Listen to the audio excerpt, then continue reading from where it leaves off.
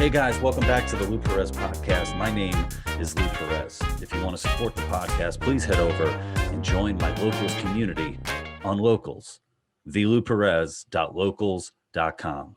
It's a great way not only for you to support me, but you get to listen to the podcast early. And I have some really exciting, cool stuff coming up, sketch comedy, that sort of thing, getting back into that game. So I hope you guys will come over and hang out with me over there in the Lou Perez community.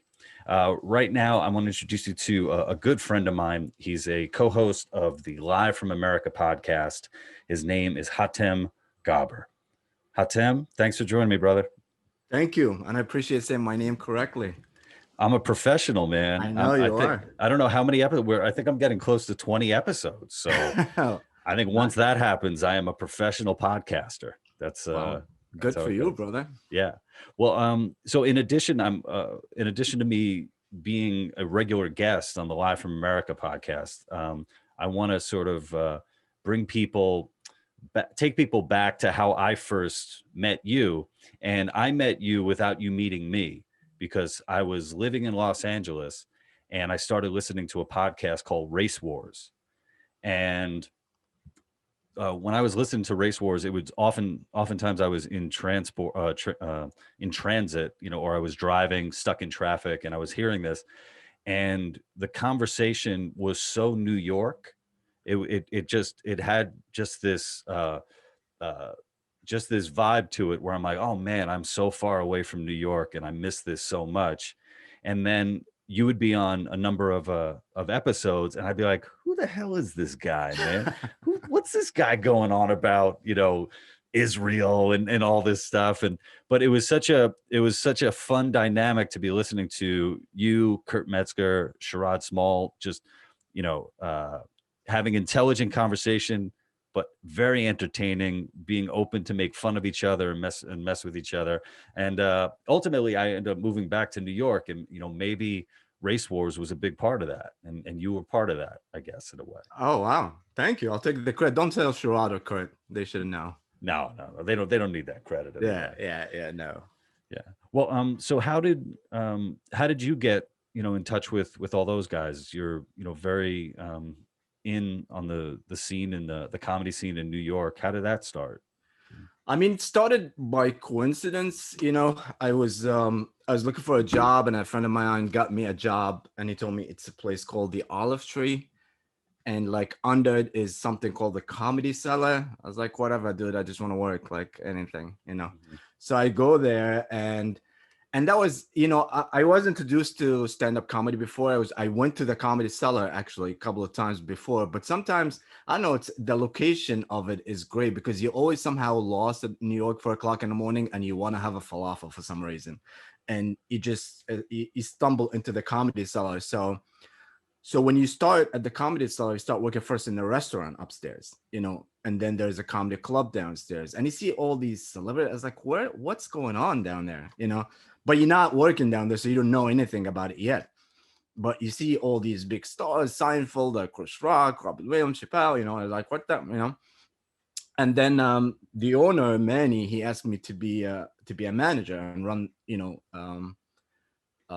Comedy Cellar and the Olive Tree, and also to work the door, which is to work the door of the Comedy Cellar. That was the best, job ever. Well, for one, I got to stop you there, because like, how long were you working at the Olive Tree when he asked you to do that? Were you, or was it like first day, he's like, this kid's got it? No, actually, I got in, I think after a year. Like, I started working as a waiter at the Comedy Cellar right away. Like, usually it takes time, but I had like one time the other waiter didn't show up, so I started working at the Comedy Cellar right away. But to become a manager, I did, like, it's not a dream job, like a lot of people, especially back then, because you used to do everything, so we said, a couple of people said no, and then started when the person before me. So as I mentioned, working the door at the Comedy Cellar, managing the door and managing the Comedy Cellar by working the door is the best, in my opinion, job. So the guy before me had quit working the door and became Dave Chappelle's manager, which is my friend, so they offered me the job. They're like, oh, you're the next one, I was like, right. Okay. And it's cool because you're really not work and you communicate with, like, comedians, you try to get people in, you organize the line, all this. So it's a cool job. So I was like, okay.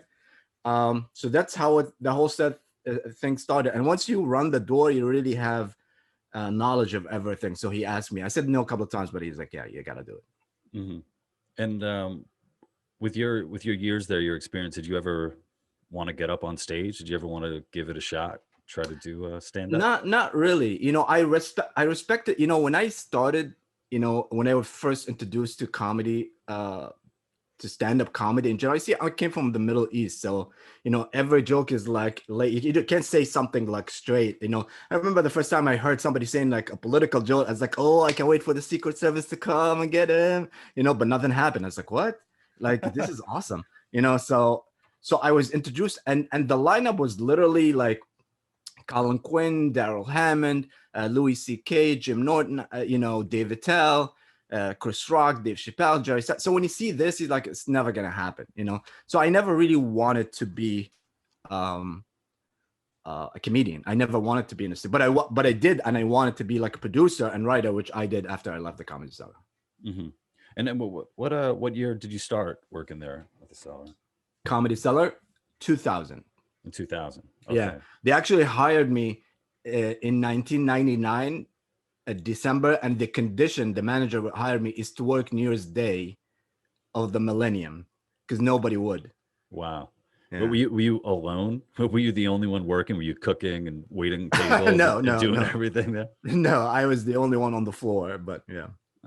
We my wife and I, she's really good at getting surprise gifts, like whether it's birthday gifts or things for us to do. So the one year it was New Year's, and she got us tickets to go see Post Malone at the Barclays, and I didn't really know too much of his music, but he's a very talented guy. Yeah. But it was a little weird, like going there and being like, the handful of older people at this Post Malone show. But I've never gone to a comedy show for New Year's. I've never done that, but it seems like a lot of people, I don't know, it seems like a lot of people perform on those. It's funny. It is New Year's Eve show. It's usually they have 2 shows in New Year's Eve, which is, for the Cellar, usually they have 4 shows in a week, but it's just like that's one of the things that I respect about this club is like, they really appreciate comedy versus just making money for no reason, because they knew people will be like drunk by then. So they have, but yeah, you'll be surprised how many people actually show up in the New Year's Day. Well, I think it's pretty much agreed upon that New Year's Eve is one of the most overrated of the holidays. It happens every time. I have so many friends, I have so many family members. Nobody makes plans, and then it's like the day before, and you're like, oh, what are we gonna do? Yeah, I guess things are it's a little easier now because everything is kind of closed down and everybody's sort of in it's one of the days they always feel, no matter what you're doing, that you are missing out on something else. Yeah. And I'm trying to think, like, man, what were some of I think the best New Year's Eve, at least that I can remember. I have a shitty memory, but I remember one New Year's Eve going to one of those bars where you pay like $100 for all you can drink, and it's already a shit show. Like, it's just going to be bad. But I remember I ended up going home with a girl, and it was and I don't think any of my friends did, so that was good. It was like, oh, wow, this actually worked. This was almost like picture perfect. You plan this, you go, spend $100, get some drinks, go home with a cute girl. And there you go. Yeah. And the more you drink, the more it doesn't matter really if it's cute or not, I know. Well, it's funny because it's so funny because I remember I went home with her and to her place, left. And then a few days later, we hooked up again, and she was very cute on the phone. And it was before, I don't even think I had text at that time, text messaging. So it's not like I could text a picture, she could text a picture back. And I remember like kind of being close to her apartment and saying, "Ooh, wait a minute, man, this could go wrong." But then she opened the door and I was like, "Oh, thank God, you are very cute." Is it something that I find so interesting about the Comedy Cellar is, there's no frills. There's no like, ooh, cool lighting or anything like that. I mean, you're in a basement, Yeah. you're crammed together, and you're only feet from some of the biggest comedians to ever, grace the stage. And it's wild to be able to see like an up and coming comedian, someone who's just getting, sort of their, not necessarily just getting their start, but someone's finally getting their start on a stage like that. And then, Seinfeld, Chappelle, all them, like back to back. Uh, that is wild. Like how, um, I don't know. I'm just wondering how you make, how Manny and Noam are able to create that culture, of like this really special place that is, I mean, when you break it down, it's just like a simple room and Yeah, I mean, comedy. the whole thing is about the atmosphere. Like if you talk to any comedians, there's a lot of great comedy clubs all over the world, but everyone wants to be at the Cellar because it's kind of like they managed to make it like an underground, respected comedy that you still need to, if no matter how famous you are, you still need to earn laughs at that basement. Mhm. So when you get big, all you want to do is just to go back and because it was so, especially back then. Like now it's a little easier because they have two locations and Vegas, so there's three locations and they have so many shows, so there's a lot of spots for comedians. But before, remember when I worked there, it was only started with one show and it was two shows, that's the maximum, and the weekend it was 3 and 4. But so you have only about maybe 20 comedians performing, and that time we're talking about Jim Norton, Bill Burr, Louis C.K. Like, there is no way. Like, so if you get a 5 minutes there, you're gonna really appreciate it. So your dream, you grew up and you always all you want to be is at the Cellar. I mean, still, So once you get big, all you want to do is go back, which I think it's smart strategy. And I think a lot of things that help. One of the major things that Manny did, he never hired. That changed a little bit with Noam. Manny never hired anybody that wants to be a comedian to work at the Comedy Cellar, which I think it was very smart, Mhm. because it's two separate worlds, and if you want to run a business, you need a business manager. You don't want to be somebody who wants to be a comedian. Mhm. And always was respect. You respect everybody, no matter if they little, because you never know. I saw so many people that literally started, just started in New York, not even the Cellar, and now they're superstars. Like I know them from the very beginning, and it's so impressive. Yeah. Well, it's interesting. There's recently a documentary series about the Comedy Store. I think it's like a 5 or 6 part series, and it seemed like it's kind of an opposite thing there, where a lot of people who work as doormen at the Comedy Store are actual comedians, and by working the door, they get stage time, Hmm. and then eventually the opportunity to be passed at the store. But comparing the two, and I'm not comparing the two to say one is better than the other and like that. It's just these are, I think, probably like the two most prominent Yeah, comedy clubs in the country. yeah. But you see And the difference between that, if I may, or you yeah, wanna, yeah, yeah, go for it. um, when you work as, if I wanted, like I work the door, if I wanted to be a comedian, I'm gonna do favors to people, get a lot of demand. It was so secret over there that if you're not a Comedy Cellar a comedian, you will not step a foot inside. You know what I'm saying? Inside, downstairs, not upstairs. Upstairs, you're welcome. There's comedian's table. Oh, and the comedian's table in the back, it's only for Comedy Cellar comedians. So you cannot sit there if you're just a comedian. There's other tables for the comedian. So if I've been somebody who wants to be a comedian and there's a manager shows up or an agent shows up or another comedian that runs the show, I'm gonna do favors for them. So it wouldn't be that exclusive. I think Hmm. the key is to be exclusive. So that's I think the business model they were going for. Yeah. What are some of like the some of your, I don't know, best memories of the Comedy Cellar? And I and I hate saying this because look, the Comedy Cellar is still there. Yeah. The- Things are just different now. Shows aren't happening there, right? Yeah. Yeah. Yeah. Yeah. But sort of, what are some of the standout moments that you can remember?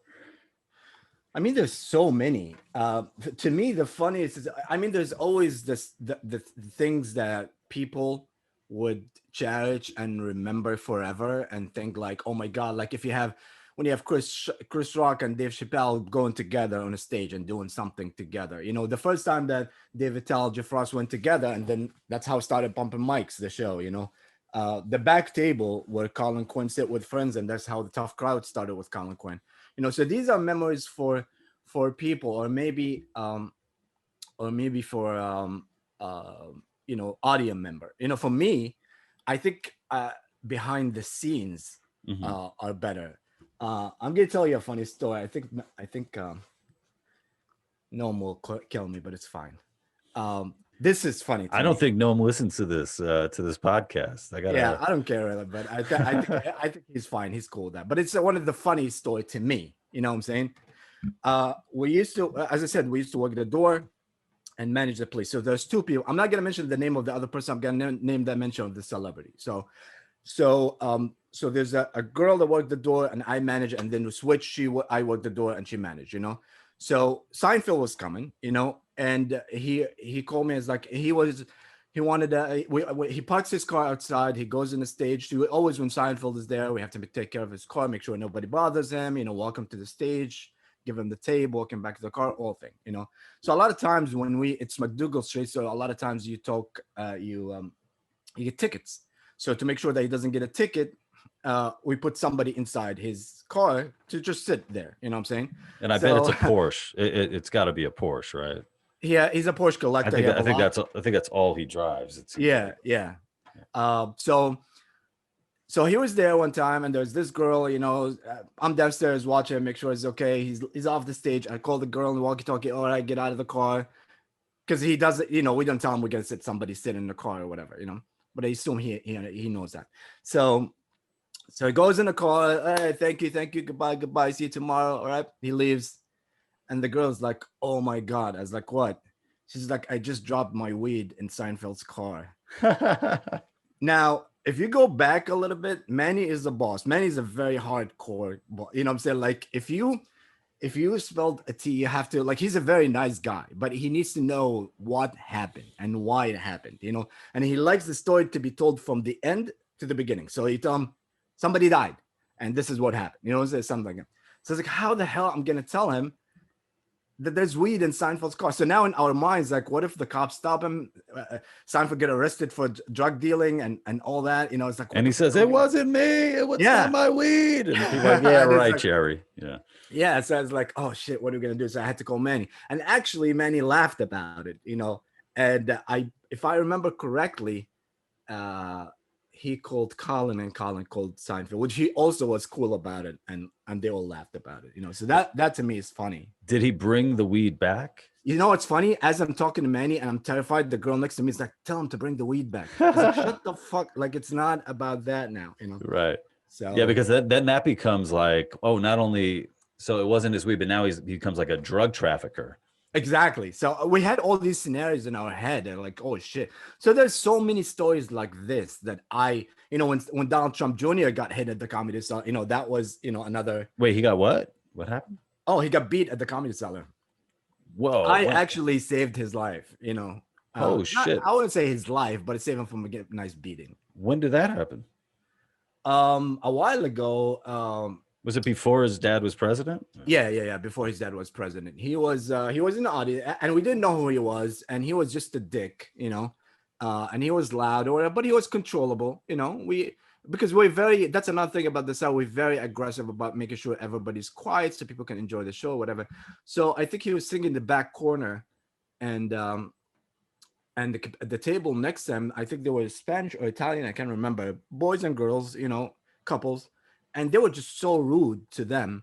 And he was like, keep leaning on that table. So the Spanish guy was like, dude, come on. Like, don't stop leaning it on my table. Whatever. So I think things escalated. The guy took a pint and broke it on top of his head. You know, shit. A couple of mugs. So I went quickly. I took the guys out, and, you know, we called the police. So as we're taking the guy bleeding, his girlfriend's like, you know, this is shit, that's so funny. She didn't even say this is Donnie Jr. She said, this is Trump's son. You know, she didn't even say who he was. You know, this is Trump's son. This is Trump's son. Well, there's So only one important one. I guess the yeah, other ones you just forget, you know. yeah. So it's gonna, and then the next day, so the cops came and arrested the guy, took him to the hospital. So the next day, Donald Trump called Manny, you know, and but we don't know what happened in that conversation. He pretty much told him like, um, you know, I'm gonna sue you if we didn't get all the stuff like that. You know, that's but that was so Wow. Manny actually spoke to Trump, and Do you, Trump wanted to sue the seller. So do you remember who was on stage at that time? I do remember actually. I don't want to say his name because he's gonna be upset because so Chris Rock was earlier that night there, but Okay.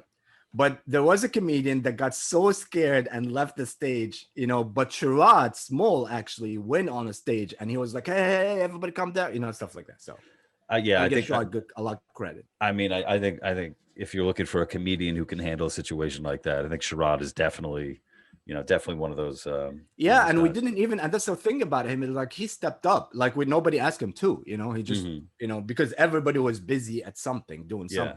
something.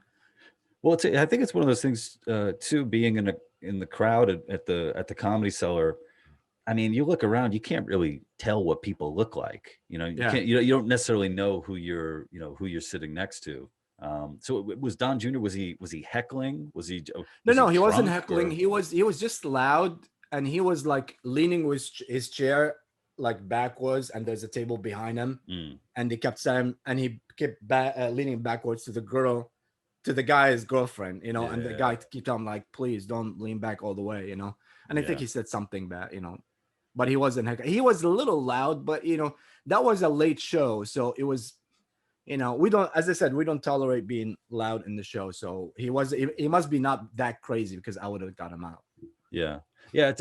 That's one of those situations where it's like anytime people are going to be dicks, right? But when you're sort of putting another guy in a situation where he has to defend his girlfriend or another, a woman that he's with, then Yeah. it's sort of like that just elevates things Yeah. so much. Yeah. Where worst case scenario, you get a mug of beer broken over your head. Yeah. Yeah. It's true. Yeah. Wow. Is there it's interesting. It's interesting you talking about this stuff because it seems like you're both an insider in comedy, but also an outsider because of not having comedic aspirations. So Yeah. are there certain characteristics you've seen that sort of stand-up comedians share, like something that you've noticed, or are they all just very different in all different ways? I noticed. Well, I mean, I work, as I mentioned, like after I left the cellar, I started producing my own shows and I work in production a lot. So that actually understanding the comedian helped me a lot. Well, I know there's some characteristics for successful ones. Mhm. Um, Please let First me of all, know because I'm going to start taking notes on that. first of all, they always success. They always working hard. Mhm. They work a lot. They work hard. And that's everybody says that, but I feel the number one thing, and I always tell that, it's so funny. I always tell that to a lot of people. It's like their communication style is very good. So, for example, if I have, again, I'm not going to mention names, but if I have, like, say, if I want to book a show, or my podcast or whatever, what I'm saying, and I have 5 people in mind. Now, remember, I don't deal with their agents. I deal with them personally. So I'm talking about personal, not agent wise, who's good and who's bad. So if I call 5 comedians, one is a superstar, one is almost there, one is very famous, one is okay, and one is open micer. The first one's gonna get back to me as a superstar, you know, and trickles down, you Wow. know. So and either if it's yes or no, but the first person to respond is always the most famous. I feel like the more the success, it just like becomes part of their nature, to the communication one, so how they communicate with people, their fans, how they communicate with managers or agents or club owners or other comedians, they always respectful, they always rely, um so I found out that that's the one thing. And there's a lot of times they always say like it's not, what's funny, it's not funny because the funniest people I know a lot of very funny guys that they're okay, they're famous, but they're not superstars. You know what I'm saying? Hmm. Um, so it's not really being funny, you know. It's being entertainer, you know. And as I said, the communication level is very very good. You know, people's skill are very very good. You know, Hmm. and they always up to date with what's going on. You know, they read a lot, they read the news, they always have something, they're opinionated about everything. You know what I'm saying? There's Hmm. a lot of comedians that just find a situation and they want to make it funny, but they don't, it's not their opinion that they share. You know what I'm saying? They just make it funny. No, Hmm. they find their opinion about it and they make it funny. Are you really writing this down? No, I took a note of something I wanted Oh, to okay. talk. It's like that's crazy. It's like you don't want to take notes. Well, I noticed when I was in LA, I ran a very small show in Echo Park, and it was a show, and then after it became an open mic. So you know, I was there sometimes from like 7 p.m. to like 1 or 2 in the morning. You know, running the show, and I was blown away by some, you know, really great name comedians by just how sweet they were and how humble Yep. they were. Where Maria Bamford, she went on Twitter and said something like, "I'm trying to get some stage time in the you know, the LA area," and I was like, "Oh, please come to my show." And she came and did my show, Oh wow. and I said, "Hey, when would you like to go?" And she's like, "Oh, whenever's Yeah. good for you," and then like thanked me for Yeah. giving her stage time, and I'm like, "No, thank you for, you know, for coming Absolutely. and doing what you're doing." Yeah. And another really nice person was Roy Wood Jr. Yeah. Right? He so um, I had a booker, so the booker had booked him to do the show, and then something happened where um, he was booked to do the show, but there was something with travel, like either a flight was canceled or he had to change his flight or something like that, so he couldn't do the show. And so she told me that, you know, "Oh, I'm sorry, Roy can't do the show," and I was like, "Okay, that, you know, that's cool. You know, I totally understand." He followed me on Twitter so he could DM me and say, "Hey, man, Wow. I'm really sorry. You know, I really wanted to do the show, but this thing came up." And he sent me a picture of the flight change, you Yeah. know? Yeah. And I was like, wow, I did like going, you know, above and beyond. And he's a Yeah. dude where you know, I got to see him live in LA. That dude is legit funny, man. He's funny on Yeah. Twitter. He's funny on See, stage. that's exactly what I'm talking about. Is the It's a, communication, and I think it's not only true with comedy. I think in dating too. You know, a lot of guys like you get a number, a girl a number. It's like, oh, should I call? Should I wait? I wait 3 days.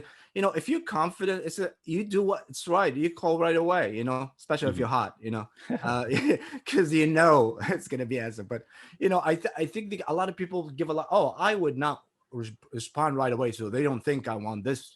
And I'm Yeah. desperate. I'm just gonna wait. And you know, no, you know, they're sweet, they're nice, they get advice, they want to pull everybody up with them, you know. Yeah. um yeah. Yeah. I think when you stop, yeah, when you stop playing games and just start being real. Oh my God, is that what the real world is? Stop Yeah. playing games and start playing. That's when things, you know, start to happen, because it's like, Yeah. what are we doing here? What is this, you know, Yeah. gamesmanship? Like, Yeah. what am I getting? It's like And when I, I and met. I find it a lot of times also is like when you especially, and you correct because you're a comedian, when you're in comedy, but that's what I noticed, you always have an idol. And you know, when you're in the stage, you don't even notice, but you start holding the mic and talking and standing like your idol. Like I've seen, like this happens, like I notice it very well with two people, Dave Chappelle and David Tell. Because these two, you know, we call them comedians a lot of time, with Colin Quinn, of course. um so you A lot of people of the comedians that want to be them when they're younger, they hold the mic and they lean on the wall the same way they do, you know, when they laugh. Mhm. After, like, a lot of times after a laugh, Chappelle will hit the mic to his thigh, you know. A lot of comedians doing that too, you Yeah. know. Stuff like that. David Tell, the way he closes the you know, the so a lot of comedians, you know, I think once they start figuring out their character, their personality, they become so funny. Hmm. Yeah. I get annoyed when someone has a short set and they sit down like on the Oh stool. It's like, you yeah. come on, or even if they lean against the wall, it's like, you didn't come on, you're not tired yet. Yeah. Come on, man. Yeah. You haven't Yeah. earned this rest. And respect, like you said, the respect too. Like I produced a show where I had Kevin Hart and Patrice O'Neill, and they were like, and that was like just beyond, like, it was amazing comedy. And they were like, and at that time, Kevin Hart was Kevin Hart, you know, and Patrice was like, also was Patrice, but Kevin was superstar, you know. And they were like, you know, we switch. I go first, you go next. Second, we had 2 shows. Second show, you go first. I go, you know. Yeah. It was so cool, you know, with each other, you know, with the respect. Nobody, and sometimes you find a comedian is like, sometimes you find, you know, it's funny. I had a comedian. Again, I don't want to. I just, you know how the scene is. I don't want to mention a lot of it. I had a comedian who was in a show, and I had the comedian that this show was his show, and the comedian that owned the show had no demand, and the one that he works in his show had million demands. I wanted this. I wanted that. You know what I'm saying? It's crazy. Wow. Yeah. Yeah. I once, I've been at open mics where people will drop the mic, like do a 3-minute set and then drop the mic. And it's like, you fucking asshole. Like, you're going to break this microphone over, hilarious. It wasn't even a fucking funny, wasn't even a funny joke. That's how, one of the fun, I also like in comedy when comedians fuck with each other, especially like 2 good friends. Like one time I could only imagine, I mean, what it was like hanging out with Patrice O'Neill at that back table. And my God, I used to go to his barbecues. Oh yeah. Oh yeah, he used to invite me to his barbecues, which was, you know, legendary. It's just like, it's so much fun, you know. But I remember I was gonna tell you a story when you know, Daryl Hammond and Colin Quinn, they both were in Saturday Night at the time. They come and usually go back to back. So I think it was Daryl Hammond one. So no, Colin Quinn went first and did his joke. Daryl Hammond went second and did Colin's joke in reverse. You know, like Colin would say, like, for example, like a joke is like, you know, when somebody tell you like, you play me for the Jets, why did they drop the ball? I was like, I don't play for the Jets. It's like, and then Daryl went, is like, so I saw Colin yesterday and I asked him, why did it drop the ball? You know what I'm saying? He will do it in reverse, and it was just genius. You know. Yeah, being able to play off of play off one another. What we had talked, you know, a while back just about all the changes that have happened, you know, with COVID, with the lockdowns and all that, and sort of the, you know, future of comedy and live comedy. Do you know if is the Cellar operating in Vegas? Because it seems like Vegas has a little they're a little bit more they're less restricted, I think, than, you know, New York is. I don't know. I mean, like, as I said, I'm not involved in the Cellar anymore. You know what I'm saying? I do know the people, they're my friends and stuff. So I'm more aware of my shows than the Cellar right now. Oh yeah, all right. Then let's talk about. But I think you know, because I love the Cellar. I love Noam, the owner is my co-host and, you know, my friend and all that. He's a very careful guy. Like he's really genuinely a good person. Like I remember when COVID was spreading out more, he closes before anybody else because, you know, just because he wanted the safety of the comedian of people, you know, literally that's what's in his mind. So I think he would do something as long as it's safe. So yeah, I agree with you that Vegas is probably will open before New York, but I don't know if casinos are open before. Are they? I'm not sure. Because remember the Cellar at the Vegas kind of like falls under casino laws, you know. Okay. So kind of like Broadway here. I don't know how that will work, you know. Yeah, and it seems like casinos would have like really good filtration systems, you know, with all the smoking and stuff. Yeah, like that. But I don't know the overhead, because if there's a 25% allowed, I don't know if that was gonna cover the cost of the overhead. So I don't know if they're gonna. I don't know what the law is there, so I really don't know. Yeah, that's a good point. And just to you know, give props to our mutual friend Noam. Noam is such a great guy, and don't give him props. Huh? I gotta give him props. I gotta give him a few props, and then we could make fun of him. Yeah, but okay. You know, Noam is one of those really genuine guys who you don't meet very often, who is able to have a knockdown, drag out argument with you, and then afterward say like, "Hey, let me buy you dinner. Can I get you some drinks? Here's here are some tickets to a show."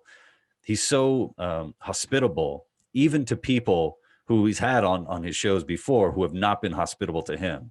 And I think I wish I could be more like that. I don't think I have that in me yet. I think if you have a comedy club and you own a comedy club, you will. Well, I think maybe that's what I have to do. I'm going to have to open up a comedy club, have arguments with people who accuse me of sexism and racism, and then say, hey, here's some hummus, here's some buffalo wings, and enjoy, Colin Quinn's set. Yeah. No, he is. He's genuinely is a good guy. He likes to, argue. I think sometimes too much, in my opinion. But he never does it. Like, unlike a lot of people, like people listen to respond, they don't listen to understand what you're saying. And that he doesn't do that. He listens and you can change his mind, and hardcore can change your mind. I mean, good luck with that. But you can change his mind. Like if he believes in something and you convince him with other things, with facts, yeah, he will change his mind. Can we trash him now? Yeah, let's trash him. So you got to get rid of him as your co-host of Live from America podcast. Well, this whole time he doesn't know that I mute his mic, but. Oh, so that's what's going on. I'm wondering what's. Well, I mean, you guys, how many years has Live from America been going? How many years ago did we start? Is 4 years, but how many actual years? I got sick a lot, so I think overall maybe 2 years. But we started in 2017. Okay, and maybe we could talk a little bit about what you've gone through over the years, because I mean it's such a harrowing story. Why you want to bring the podcast down? I know you want to bring it down. Well, you're so good at talking about it too, and handling it, that I think, I don't know, I during these times, a lot of people are going through stuff, and I don't know, it's I think I don't want to say it's, what's the word? Inspirational. I don't want to use the word inspirational. I like that. I am inspirational. Yeah, you are okay, I'll use the word inspirational. The most inspirational Egyptian you will ever meet. Just how you've been handling yourself with everything that's been thrown your way. So maybe you could just talk a little bit about Sure. Yeah. I mean, I think I told a lot of people, like, I like to share my story the way I say, because I think it's like you said, it just makes people, because when I was sick, what makes me stronger, seeing other people that's sicker than me, and it's like, okay, at least I'm not this, so, about a couple of years ago, I went to Mexico for a vacation. Nothing against Mexico, but I think I love it there. I got very sick. I got a virus. They think that I stepped on something, not from food or drinks. I came back. I was sick for a while. They didn't know what's going on. Then finally they said that virus got rid of, hold of your heart. And I already my heart wasn't like 100%. I had enlarged heart, but that was because I was an athlete anyway. But so all of a sudden, so it started with putting like an ICD unit, which is like a defibrillator. It just give you a shock if your heart stops. They said it's insurance policy, just in case nothing's gonna happen. And one day, boom, I got that shock. I go to the hospital. I don't remember anything else. I wake up 2 weeks later in another hospital. They tell me your heart stops and we have to give you either a new heart or an artificial heart. Wow. And then I woke up again 2 weeks later with an artificial heart, where I literally, something called the LVAD, which is it pumps. It's a machine that put it in the heart and it pumps the blood for you. Now, remember, I went from athlete, and I do two things. I produce comedy shows and I coach soccer. So I'm very active. You were a professional soccer player, right? The best, please. The best of the best. Thank you. So now I have to live with this machine, and it's literally a wire coming. You saw it. You were carrying that around. It's a wire coming from my stomach to a battery, and I have to charge myself every day like a cell phone, like literally like a cell phone. I have to charge. Yeah, it's like you don't want to get below 10%, like a cell phone. Oh no. Like things are weird. Like when girls are like, "Hey, you want to come over?" It's like, "Sure," but how's the electricity in your house? Just wondering. Have you paid your bills? Have you paid your electric bills? Do you have any outstanding bills going? So anyway, so I lived with that heart, and but the surgery was so hard, like so hard. I was in coma for a couple of months, a couple of weeks, and the recovery was so hard. And then after about a year and a half, or 12 months, 16 months exactly, I got sick again. I had another machine now. Now I was dying, like 100%. He's gone. So it's like the only thing that we have for you is you have to have a heart transplant. I was like, oh shit, okay. So they put me in the hospital. I was like, and then they let me out. And then before COVID starts, it's like, listen, we're gonna put you in the hospital because we're worried that you get COVID. If you get COVID, you cannot get heart transplant. So they isolate me in like this unit. So I've been in lockdown since February, and literally, they were gonna stop transplant because COVID was so spreading so much. So they wanted to stop transplant, at the end of March, and I literally have like 3 or 4 days. And one day they found, like, it was March 21st, and they found a heart. And back then there was COVID spreading, so nobody can visit me, no friends, no family, nobody can be in the hospital. So I had to do the whole thing by myself. And I woke up, and 3 days after that, I got COVID. And of course, it was when you do a transplant, you have to take a medication to kill your immune system. Now you have COVID, so COVID's hard. So it was like a death sentence. But I got over it. I stayed in the hospital for a long time till May, but I came out. And if one thing, if I may, from this thing is, like, for your listeners, being an organ donor, I don't know what to tell you. Like, you save 8 lives, not just the heart. And when I was there, there's little kids, little babies that waiting. At least I lived for 25 years. I'm 25 years old. But there's babies and stuff. So yeah. But during this time, what's funny is, like, what really kept me going was also, when I came out doing the podcast and doing comedy shows and all that, So yeah. And you checked on me a few times too. So thank you for that. Well, because I remember when you got your new heart. I remember telling my wife, because I think it was over text. I think it might have been from your brother Mo, who let us know. And I think a few days later, my wife gave birth. You had a baby. I remember. Yeah. And I mean, that whole experience where shortly before my birthday in February, my dad was put in the hospital. They were worried that he had a stroke. Turns out it wasn't a stroke. Then they thought he had Bell's palsy. Turns out it wasn't Bell's palsy. And then a neurologist said that he had this thing, a Guillain-Barré syndrome or something like that. Oh. And it's a syndrome where at the worst case scenario, you are paralyzed. And he got it, fortunately, where sort of like the pain and paralysis was from like the chest up. So that's why his face was droopy and all that. But he was going to live. He was going to be okay. So that happens to my dad.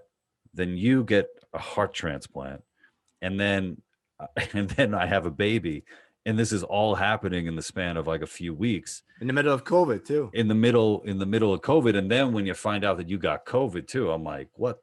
I'm like, and I remember they were telling you that you're not gonna witness the birth of your first baby, right? Well, that's what we were afraid of, because there were a bunch of hospitals. I think it was New York Presbyterian and a number of other ones that weren't allowing partners in. So while that was happening, my wife has a friend who delivered at one of those hospitals. She had an emergency C-section. She almost like bled out on the operating table. Shit. Her husband wasn't allowed to be there. She's in recovery in the hospital. Her husband isn't allowed to be there. It was just so insane. And I remember, I don't know where you posted. I don't know if it was on Instagram or on Facebook, but talking about, doing this alone and having to go through it alone. And I remember, reading that. And I remember, for one, just, wishing that you didn't have to do it alone. But I felt like you writing that was a way of really strengthening yourself, to really preparing yourself. You're like, because it wasn't, oh, I might have to do this alone. It's like, no, I'm going to do this alone, and I'm going to come out. And I think I was trying to show it to my doctor so they can give me more drugs. if I remember correctly. I was like, look, I'm doing this alone. Can I have more morphine? Yeah.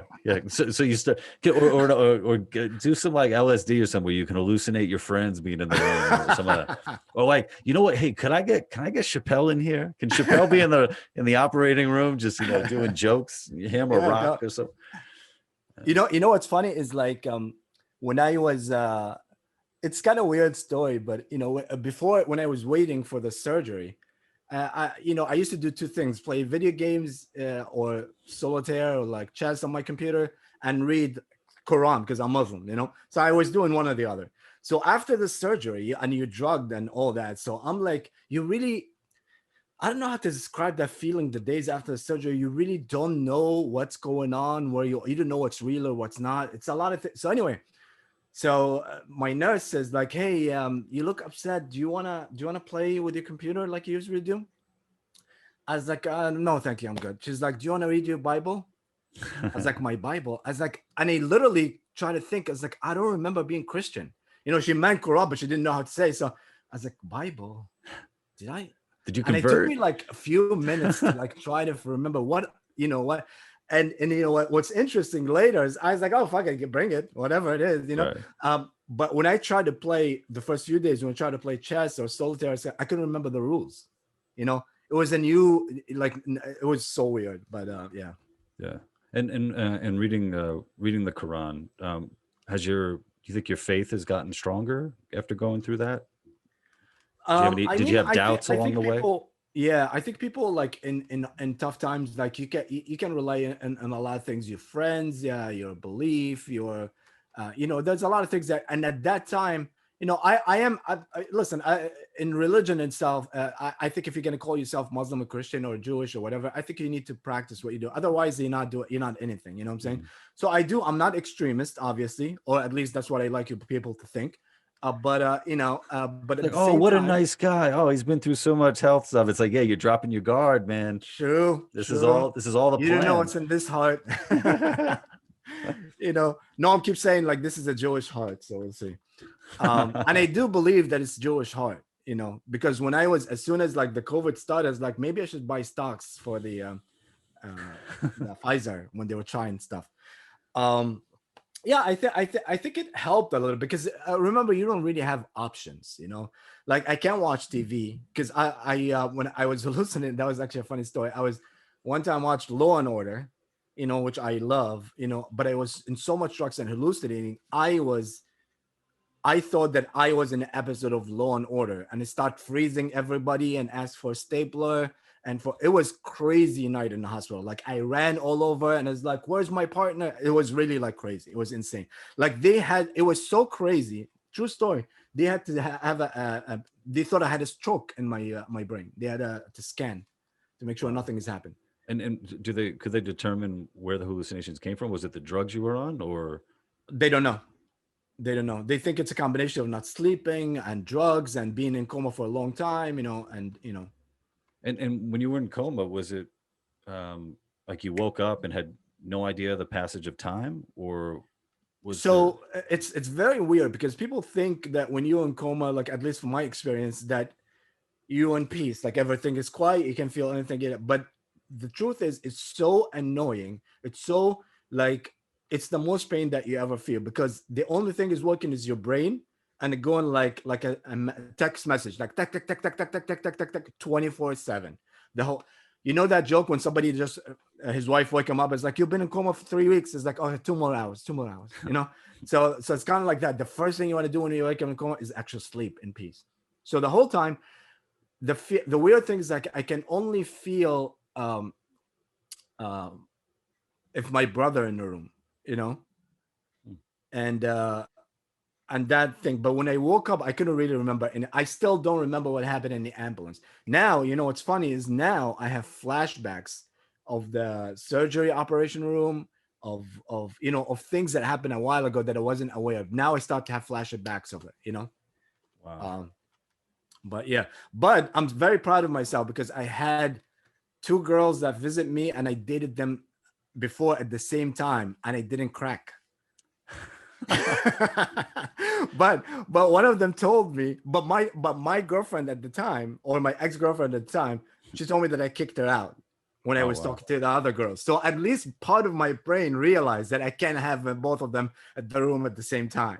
Oh my God. I think if there's any time that a man can get a threesome, it's got to be after he comes out of a coma. It's like, Oh yeah.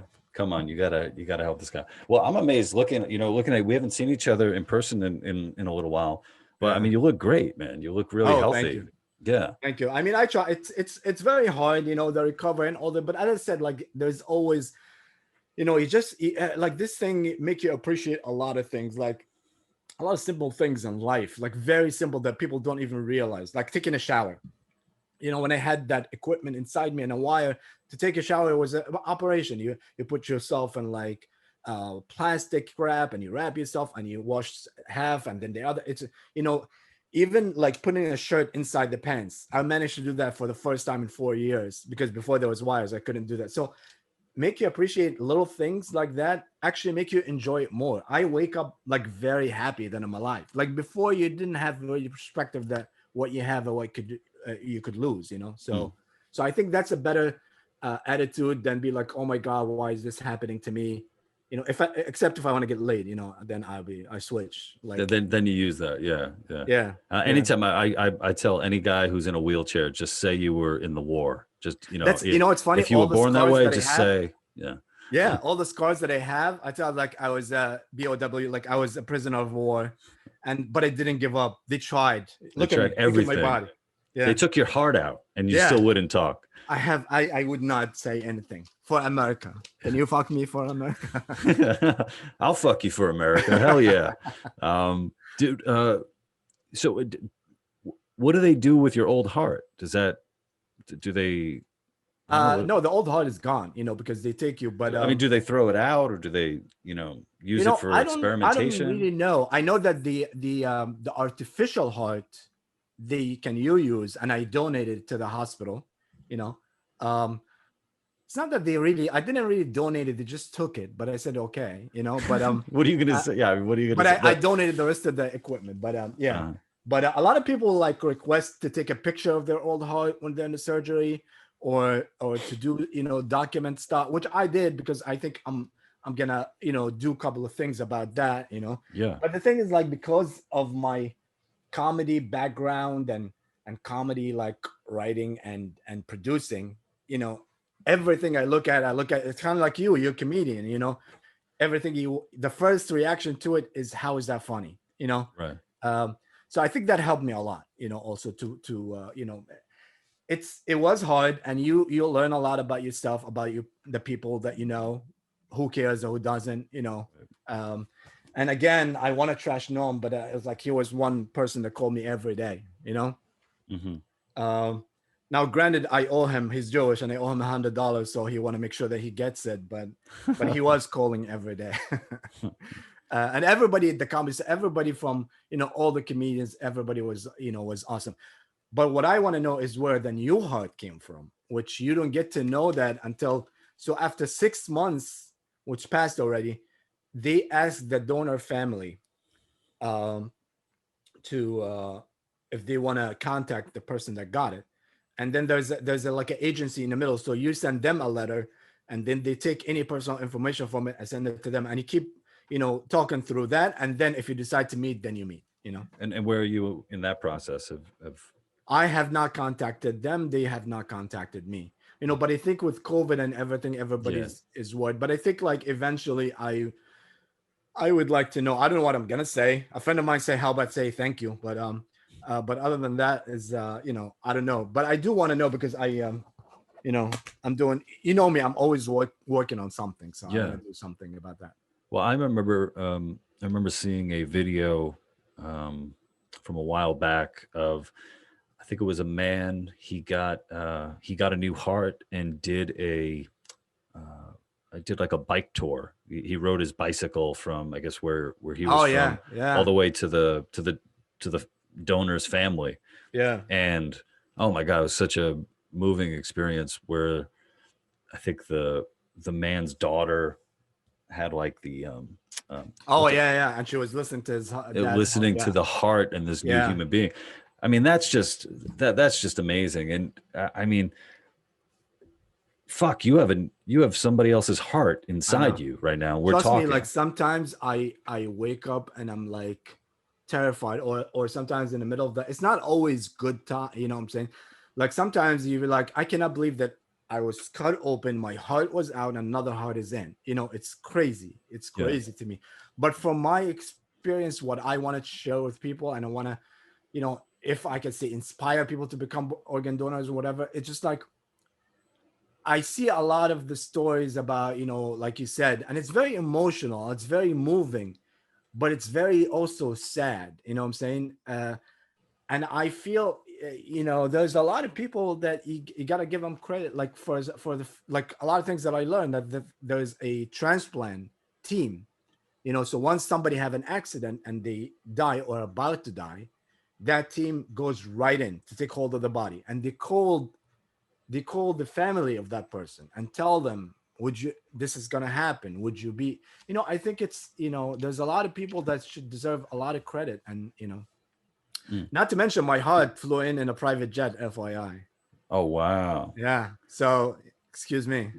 Well, it would be, I think it would be an amazing story if Jerry Seinfeld delivered your heart. And Yeah, he's like, but I need somebody to sit in the car outside yeah, while we go in there. you know what's you know, it's interesting you say stuff like that, but when Manny was sick and he was in the hospital, and it really made a difference when a lot of celebrities came to it. Like I didn't have any visitation because of COVID, but when there's a lot of celebrities who are visiting him, and it really made a difference of people, you know, taking it, because they know it's like, oh shit, media is here. Unfortunately, people even in hospitals, stuff like that happened, you know. So Hmm.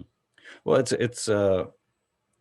think it's unfortunate that, you know, sometimes it takes, you know, something like this happening, like you going to the hospital to see just how important you are to the people around you, you know, yeah, and see who comes out and yeah, who talks to you.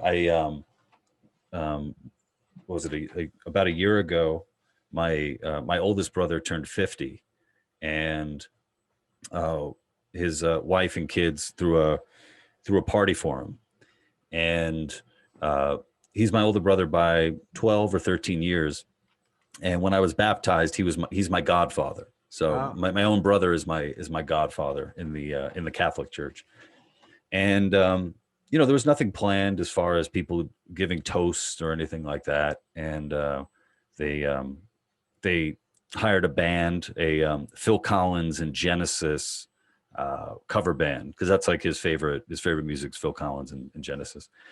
So you know, I felt like, well, I want to say something. So you know, so I got up there and I talked about uh, you know, growing up with my brother, and how, you know, even though there was like 13 years of difference, he never treated me like I was a little kid. Like he would take me to the city and we would go hang out in the village and stuff like that. And I needed to say, just, you know, how important he was for me and is for me, and how even to this day, like when he texts me to like hang out, um, I'm still like, oh man, my older brother wants to hang out with me, even though wow, we're adults. And you know, obviously everybody in attendance there were, you know, just more examples of just how important this guy is. yeah, And so I needed to say that, and I needed to take that opportunity. And afterwards, he thanked me, because he hadn't been told that in a long time, you know, just yeah, how important he is. And it's like, man, we don't do that. We don't do that enough, I don't think, you it's know. true.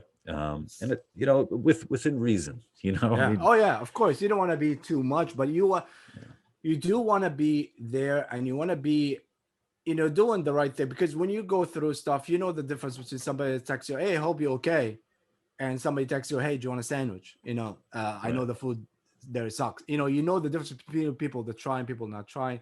And we all lost a lot of people in COVID and in life in general, and you always feel like, damn, I wish I have one more minute. I told them how they feel, you know. And yeah, I always like, I'm against like, oh, let's do this for this person to memorize it. Why can't we do it when they're alive? You know what I'm saying? Like, right. it's crazy, but yeah, And so right now I want to talk to Hatem about a friend of mine who passed away last year. So we're keeping it real on the upbeat. So if you guys want to hear about this, head over to Locals and check it out. And comedy. We're talking comedy. Yeah. In 3, 2, 1.